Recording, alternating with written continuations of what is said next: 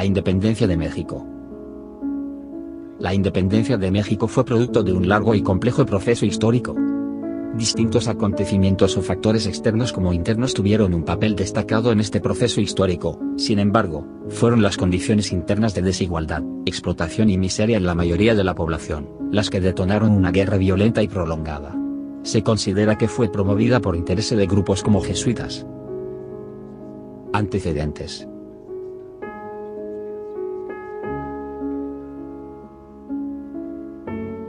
Internos. Reformas borbónicas, las cuales implementaron una serie de reformas de carácter económico, político-administrativo, militar y cultural, con el objetivo de fortalecer el Estado y obtener más ingresos. Criollismos. Desde el siglo XVII se gestó entre los criollos americanos un sentimiento de nacionalidad, de pertenencia a la tierra en la que habían nacido, de arraigo al suelo mexicano que desde el siglo XVII ya llamaban patria, con un claro deseo de distinguirse de los nacidos en España. El criollismo también es un movimiento sociocultural que consiste en la toma de conciencia de los españoles nacidos en América sobre su propia identidad. Para afianzar ese sentimiento rescataron las huellas de un pasado glorioso y la devoción hacia la Virgen de Guadalupe. Explotación y miseria. El poder económico y político estaba en manos de una minoría de españoles peninsulares y criollos que representaban aproximadamente al 17% de la población. El resto estaba conformado por mestizos, indígenas, castas y negros, quienes eran explotados en las minas, haciendas y obrajes o como sirvientes y jornaleros, sin derechos y con todas las obligaciones. Externos. Fuera de la Nueva España distintos movimientos sirvieron como impulso al movimiento, por ejemplo. La Ilustración, señalando que todos los hombres son iguales a la luz de la razón y por tanto tienen los mismos derechos. La independencia de las 13 colonias en 1776. La Revolución Francesa. Y por último la invasión francesa a España, la cual propició las condiciones necesarias para el movimiento, debido a que se debilitó el poder español. La lucha armada se alargó durante 10 años, en los cuales podemos distinguir 4 fases o etapas. Primera etapa, inicio, del Grito de Dolores el 16 de septiembre de 1810 hasta la muerte de don Miguel Hidalgo y Costilla el 30 de julio de 1811. En esta etapa destaca la participación de los criollos, el padre don Miguel Hidalgo y Costilla, los militares Ignacio Allende y Juan Aldama y los corregidores don Miguel Domínguez y su esposa Josefa Ortiz de Domínguez. Miguel Hidalgo le imprimió un carácter social a la guerra a través de los decretos promulgados en la ciudad de Guadalajara en diciembre de 1810 y su periódico El Despertador Americano. Entre los decretos se encuentran: Decreto para la abolición de la esclavitud, los tributos y el uso del papel sellado. Decreto para la devolución de las tierras además de la eliminación del monopolio de la pólvora. Segunda etapa. Organización. De la muerte de Miguel Hidalgo hasta el fusilamiento de José María Morelos y Pavón el 22 de diciembre de 1815.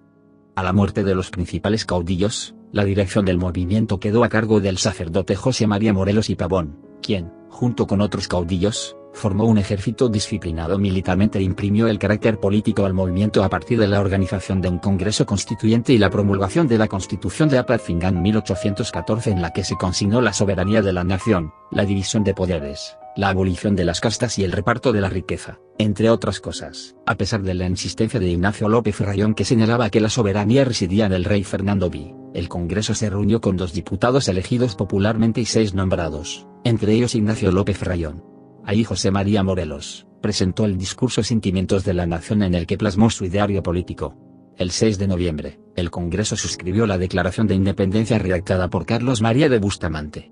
En octubre de 1814 se promulgó el Decreto Constitucional para la Libertad de la América Mexicana, primera Constitución de México, que tuvo gran influencia del ideario político de Morelos. Tercera etapa, resistencia. Del fusilamiento de José María Morelos y Pavón hasta inicios de 1821. Después del fusilamiento de Morelos, muchos insurgentes se dispersaron generando guerrillas aisladas que no representaron peligro para el gobierno novohispano. Mientras tanto, en España, el rey regresó al poder tras la derrota de Napoleón en 1815, y se inició una política de reconquista de las colonias americanas. Al mismo tiempo, Juan Ruiz de Apodaca, nuevo virrey en 1816, implementó una política de persecución de insurgentes. Cuarta etapa, consumación. Desde la promulgación del Plan de Iguala el 24 de febrero de 1821 hasta la entrada del ejército trigarante a la Ciudad de México el 27 de septiembre de 1821. Hacia 1820, después de 10 años de guerra, la Nueva España se encontraba en crisis económica y la población estaba cansada.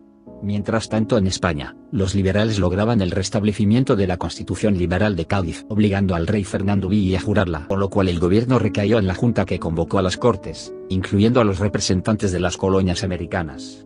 En 1820, la Junta proclamó una serie de decretos en contra del poder de la Iglesia: la supresión del fuero eclesiástico, la reducción de los diezmos, abolición de las órdenes monásticas y la abrogación de la Inquisición. En la Nueva España, el virrey Apodaca y la Real Audiencia fueron obligados a jurar la Constitución Liberal de Cádiz y aplicar las medidas expresadas, situación que afectaba los intereses y privilegios de los grupos de poder como la Iglesia, los grandes comerciantes, los altos jefes del ejército y los terratenientes. Estas élites conservadoras decidieron acabar con el dominio español para seguir conservando su poder. Para ello designaron al criollo Agustín de Iturbide como jefe militar para unir sus intereses con los de los principales caudillos insurgentes. El virrey Juan O'Donoghue formalizó la independencia del Imperio Mexicano, como se llamó en ese momento, mediante la firma de los Tratados de Córdoba con Iturbide. La entrega formal de la Ciudad de México se hizo el 27 de septiembre de 1821 a las tropas del ejército trigarante al mando de Iturbide.